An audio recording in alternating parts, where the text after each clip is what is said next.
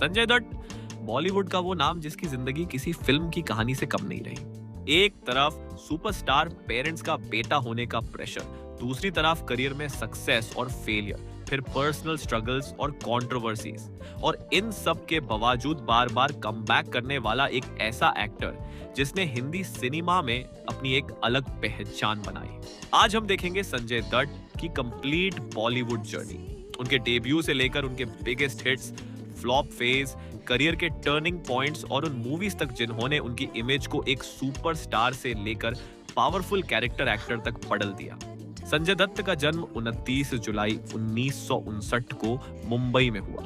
वो legendary actors Sunil Dutt और नरगिस दत्त के बेटे हैं। सिनेमा उनके लिए बचपन से ही बिल्कुल अजनबी नहीं था। उनके पेरेंट्स खुद हिंदी फिल्म इंडस्ट्री के बड़े नाम थे, लेकिन संजय दत्त के लिए अपने पेरेंट्स की लेगेसी को कंटिन्यू करना आसान नहीं था। 1981 में संजय दत्त ने फिल्म रॉकी से बॉलीवुड में लीड एक्टर के तौर पर डेब्यू किया।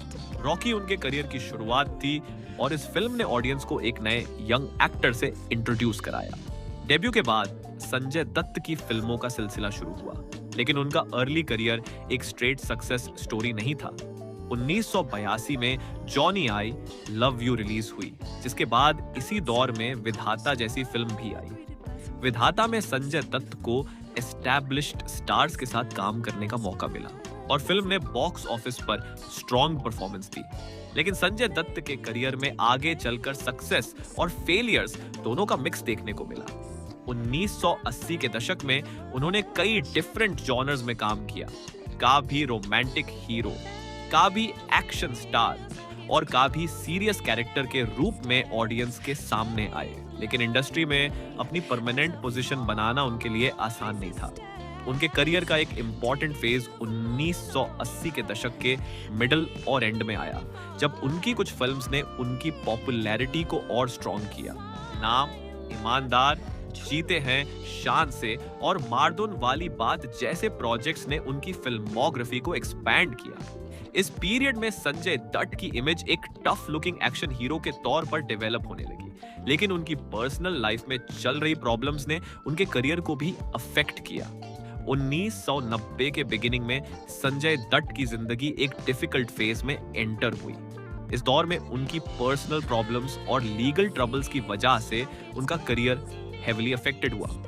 इस दौर में उनकी पर्सनल प्रॉब्लम्स और लीगल ट्रबल्स की वजह से उनका करियर हेवीली अफेक्टेड हुआ। फिर भी संजय दत्त ने सिनेमा से अपना कनेक्शन पूरी तरह नहीं तोड़ा। 1991 में साजन रिलीज हुई। माधुरी दीक्षित और सलमान खान के साथ इस फिल्म में संजय दत्त ने अपनी एक्टिंग का एक डिफरेंट साइड दिखाया। साजन ऑडियंस के बीच सक्सेसफुल रही और संजय दत्त को एक रोमांटिक परफॉर्मर के तौर पर भी स्ट्रॉन्ग रिकॉग्निशन मिला। इसके बाद खलनायक आई। 1993 की खलनायक संजय दत्त के करियर की सबसे मेमोरेबल फिल्म्स में से एक बन गई। फिल्म में उनका कैरेक्टर बल्लू बलराम ऑडियंस के बीच एक्सट्रीमली पॉपुलर हुआ।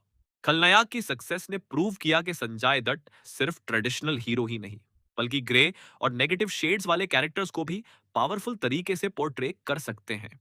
लेकिन इसी पीरियड में उनकी पर्सनल लाइफ की डिफिकल्टीज ने उनके करियर पर फिर से इम्पैक्ट डाला। इस वजह से 1990 के दशक का पीरियड संजय दत्त के लिए सक्सेस और स्ट्रगल दोनों का कॉम्बिनेशन रहा। 1990 के सेकेंड हाफ में उन्होंने अपने करियर को दोबारा एस्टैब्लिश करने की कोशिश की। दौड़, दुश्मन, वास्तव और हसीना मान जाएगी जैसे प्रोजेक्ट्स उनकी फिल्मोग्राफी का इंपॉर्टेंट पार्ट बने। और फिर आई 1999 की वास्तव।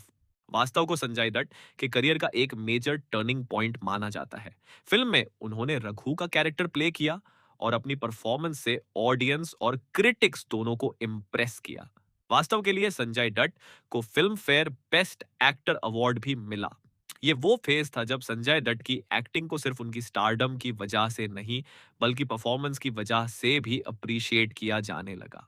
2000 के साल में संजय दत्त ने अपनी इमेज को और एक्सपैंड किया। उन्होंने एक्शन, कॉमेडी, ड्रामा और सपोर्टिंग रोल्स हर तरह के कैरेक्टर्स एक्सपेरिमेंट किए। 2003 में मुन्ना भाई MBBS रिलीज हुई और यहीं से संजय दत्त की करियर जर्नी ने एक और मैसिव टर्न लिया। मुन्ना भाई के कैरेक्टर ने संजय दत्त को एक कंप्लीटली डिफरेंट इमेज दी। एक टफ एक्शन हीरो की जगह ऑडियंस ने उन्हें एक इमोशनल, फनी और लवेबल कैरेक्टर के रूप में देखा। फिल्म की सक्सेस के बाद लगे रहो मुन्ना भाई ने इस पॉपुलैरिटी को और बढ़ा दिया। मुन्ना भाई सीरीज संजय दत्त के करियर की सबसे आइकॉनिक फ्रेंचाइजेस में से एक बन गई। इसी पीरियड में उन्होंने कॉमेडी फिल्म्स में भी अपनी स्ट्रॉन्ग प्रेजेंस दिखाई। All the best, Dhamaal series और दूसरी कॉमेडी बेस्ड फिल्म्स में संजय दत्त ने प्रूव किया कि उनकी स्क्रीन प्रेजेंस सिर्फ एक्शन तक लिमिटेड नहीं है। 2000 के दशक के दौरान उन्होंने कई मल्टी स्टारर प्रोजेक्ट्स में भी इंपॉर्टेंट रोल्स प्ले किए। उनकी पर्सनालिटी और पावरफुल स्क्रीन प्रेजेंस की वजह से वो सपोर्टिंग रोल में भी फिल्म को एक अलग इम्पैक्ट देने लगे। 2010 के दशक में संजय दत्त के करियर में एक और मेजर फेज आया। उनकी फिल्मोग्राफी में एक्शन और कॉमेडी के साथ साथ कैरेक्टर ड्रिवन रोल्स भी इंक्रीज होने लगे। अग्निपथ में कांचा चीना का कैरेक्टर इसका एक स्ट्रॉन्ग एग्जाम्पल था। संजय दत्त ने इस रोल में एक डार्क और इंटिमिडेटिंग विलन का कैरेक्टर प्ले किया। उनका लुक और परफॉर्मेंस ऑडियंस को काफी मेमोरेबल लगा। इसके बाद उन्होंने पीके, भूमि, पनीपत और कई दूसरी फिल्म्स में डिफरेंट शेड्स के कैरेक्टर्स प्ले किए।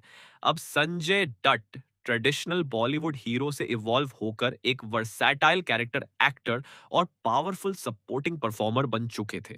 उनके करियर का एक इंटरेस्टिंग एस्पेक्ट ये रहा कि वो बार बार रीइन्वेंट होते रहे।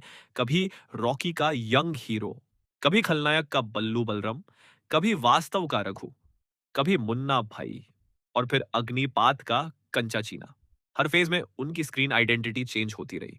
2020 के बाद भी संजय दत्त ने डिफरेंट इंडस्ट्रीज और डिफरेंट टाइप्स के सिनेमा में काम करना कंटिन्यू रखा। केजीएफ चैप्टर 2 में उन्होंने अधीरा का रोल प्ले किया। ये फिल्म उनके करियर के लेटर फेज की सबसे नोटिसेबल कमर्शियल सक्सेसेस में से एक बानी। अधीरा के रोल में उनकी पावरफुल स्क्रीन प्रेजेंस ने एक बार फिर प्रूव किया कि संजय दत्त विलन या एंटैगनिस्ट के रोल में भी ऑडियंस का अटेंशन कंप्लीटली कैप्चर कर सकते हैं। इसके बाद भी उनकी फिल्मोग्राफी में एक्शन और कैरेक्टर बेस्ड प्रोजेक्ट्स का सिलसिला कंटिन्यू रहा। आज संजय दत्त को सिर्फ एक एक्टर के तौर पर नहीं, बल्कि हिंदी सिनेमा के एक ऐसे परफॉर्मर के तौर पर देखा जाता है जिसकी जर्नी में एक्स्ट्रा ऑर्डिनरी हाइज और डिफिकल्ट लोज दोनों रहे हैं। उनका करियर हमें यह भी दिखाता है कि बॉलीवुड में सिर्फ सक्सेसफुल फिल्म्स ही किसी एक्टर की लेगेसी डिसाइड नहीं करती। कभी कभी स्ट्रगल के बाद वापस आना ही सबसे बड़ी अचीवमेंट होती है। संजय दत्त की फिल्मोग्राफी में ब्लॉकबस्टर्स भी हैं, हिट्स भी हैं, एवरेज फिल्म्स भी हैं और फेलियर्स भी, लेकिन उनकी पॉपुलैरिटी डेकेड्स के बाद भी बनी हुई है।